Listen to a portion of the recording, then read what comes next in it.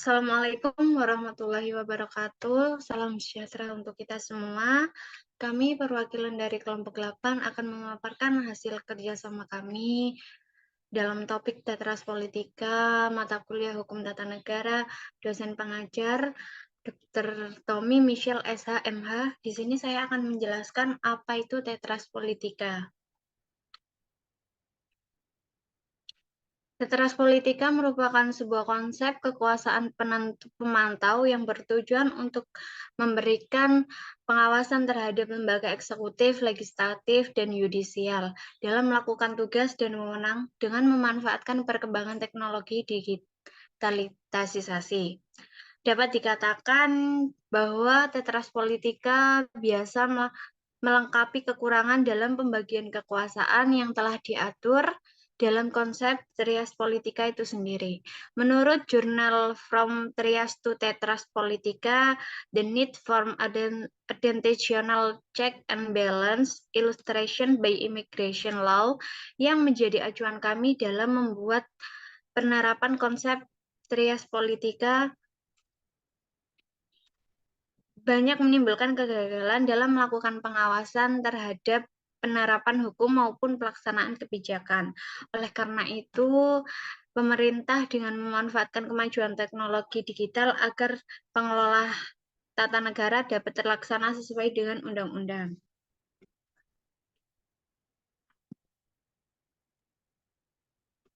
Untuk slide kedua, ini membahas tentang tujuan Tetras Politika. Ada 3 tujuan dari Tetras Politika. Yang pertama, memanfaatkan perkembangan teknologi dan penerapan hukum dalam melakukan pengawasan terhadap pemerintah. Ini ada 4, terbagi dari 4 fase, yaitu First Generation Law, yang artinya penerapan hukum secara lisan. Yang kedua, Second Generation Law, yang artinya penerapan hukum secara tertulis. Yang ketiga, Third Generation Law, yang artinya penerapan hukum menggunakan media cetak. Yang keempat adalah Fourth Generation Law, yang artinya penerapan hukum menggunakan media digital. Dalam penerapan ini, Tetras Politika menggunakan Fourth Generation Law karena dengan menggunakan media digital, pengawasan terhadap pemerintah dapat dilakukan dengan skala yang besar dan memungkinkan adanya hubungan yang lebih interaktif antara masyarakat dan pemerintah. Ya, dan tujuan keduanya itu adalah untuk melengkapi kelemahan konsep trias politika dengan mencari kekuatan keempat yang dapat mengawasi dan mengoreksi pemerintah dalam melaksanakan pemerintahan.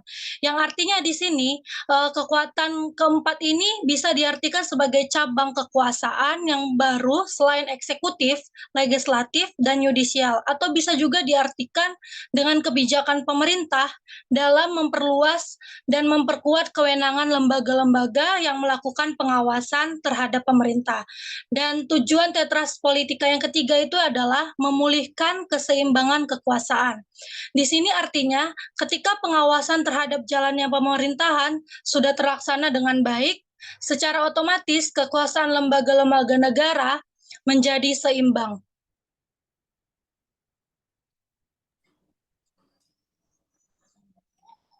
Titik yang selanjutnya ada dampak trias politika diubah menjadi tetras politika.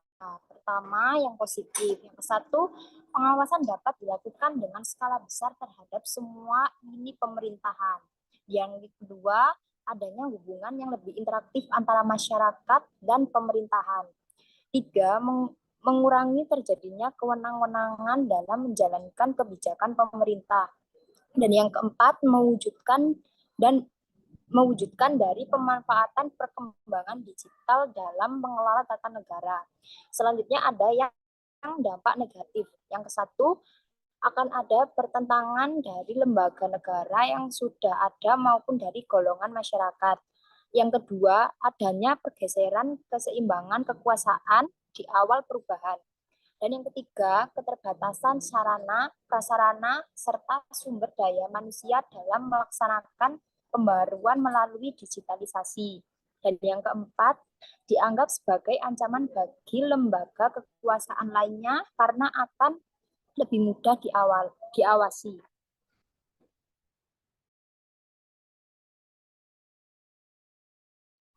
Oke, Tanggapan terhadap konsep tetras politika dalam arti di mana menjelaskan dari tetras politika itu sebenarnya lebih ke arah modernisasi dan digitalisasi, di mana tidak mempengaruhi dari trias politika. Tetras politika itu sebenarnya hanya sebagai wadah atau lembaga-lembaga yang mempunyai kewenangan terhadap trias politika, di mana banyak akses-akses mulai dari media massa, media cetak yang digunakan untuk memberikan informasi terhadap trias politika.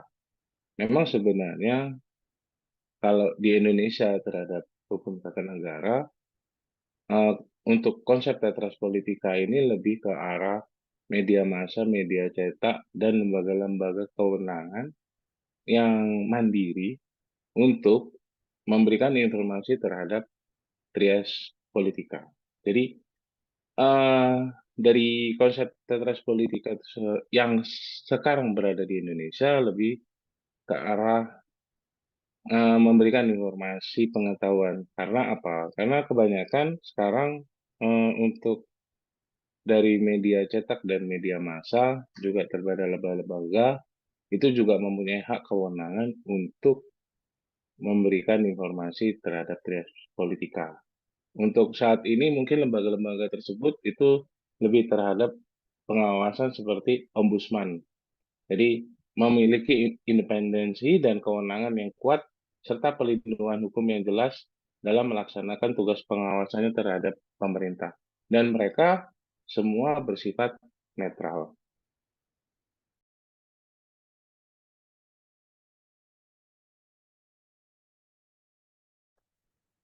Selanjutnya, kita akan membahas penerapan tetras politika dan ketatanegaraan di Indonesia. Dalam pasal 4 ayat 1 yang berbunyi, Presiden Republik Indonesia memegang kekuasaan pemerintahan menurut Undang-Undang Dasar. Dengan demikian, sistem pemerintahan di Indonesia mengandung sistem pemerintahan presidensial. Namun ada beberapa kelemahan dalam sistem pemerintahan presidensial di Indonesia yang dapat diselesaikan dengan konsep tetras politika, yaitu kekuasaan eksekutif di luar pengawasan langsung badan legislatif, sehingga dapat menimbulkan kekuasaan mutlak. Yang berikutnya adalah pengawasan dari masyarakat yang lemah, dan pengaruh masyarakat dalam kebijakan politik negara kurang mendapat perhatian. Jika kita berbicara tetras politika, maka dari permasalahan tadi kita bisa menemukan solusi. Dalam permasalahan yang pertama, kita bisa memperbaiki kebijakan pengawasan terhadap lembaga eksekutif sehingga dapat memberi batasan dalam menjalankan kekuasaan. Yang kedua, jika pengawasan dari masyarakat lemah, maka kita memanfaatkan penerapan fourth generation law agar masyarakat lebih interaktif dalam melakukan pengawasan. Yang ketiga, jika pengaruh masyarakat dalam kebijakan politik negara kurang, maka kita harus atau negara harus memberikan kebijakan agar memfasilitasi masyarakat dalam menyampaikan opini menggunakan media digital agar hubungan interaktif antara masyarakat dan pemerintah dapat terjalin dengan baik. Yang berikutnya, contoh penerapan tetras politika di Indonesia. Seperti yang sudah dijelaskan di jurnal yang tadi, yang sudah disebutkan, bahwasannya salah satu penyebab munculnya konsep tetras politika adalah karena adanya perkembangan generasi penerapan hukum dalam kekuasaan kehakiman dalam bentuk lisan, tulisan, cetak, dan digital. Salah satu lembaga di Indonesia yang saat ini menurut kami cukup menerapkan tetras politika dengan baik adalah lembaga yudisial atau kehakiman di Indonesia, yaitu Mahkamah Agung Republik Indonesia. Mahkamah Agung cukup giat dalam melakukan perbaikan sistem digitalisasi untuk transparansi sistem pengawasan. Perbaikan-perbaikan yang dilakukan oleh Mahkamah Agung antara lain, yang pertama adalah melalui Badan Pengawasan Mahkamah Agung Republik Indonesia, mereka saat ini selalu melakukan pengawasan melalui kebijakan secara digital. Dengan cara apa?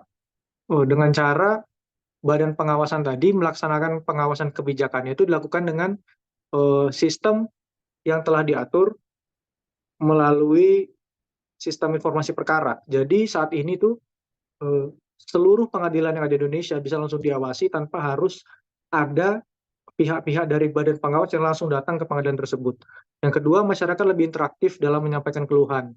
Setiap bentuk layanan yang tidak sesuai itu bisa langsung diberi penilaian melalui aplikasi yang sudah disediakan oleh Mahkamah Agung, serta masyarakat itu dapat langsung melaporkan ke badan pengawas Mahkamah Agung untuk ditindaklanjuti melalui fitur aduan secara online. Yang berikutnya adalah digitalisasi semua komponen administrasi.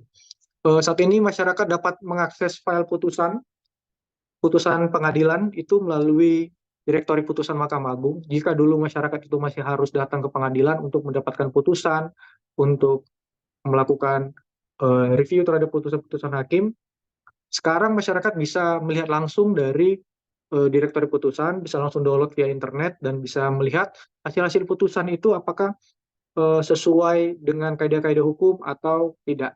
Jadi saat ini masyarakat bisa mengawasi langsung bagaimana jalannya kekuasaan kehakiman itu tanpa harus datang ke lokasi-lokasi pengadilan yang ada di Indonesia. Kurang lebih seperti itu. Artinya apa? Artinya Mahkamah Agung Republik Indonesia ini sudah melakukan penerapan yang sangat baik dengan memanfaatkan pengembangan teknologi dan digitalisasi. Jika dulu semua harus tertulis di kertas, semua harus dilakukan di media cetak, sekarang itu sudah semua serba digitalisasi. Yang artinya memudahkan juga masyarakat atau badan-badan pengawas dalam melakukan pengawasan terhadap kekuasaan kehakiman. Sekian pemaparan dari kami. Terima kasih. Wassalamualaikum warahmatullahi wabarakatuh.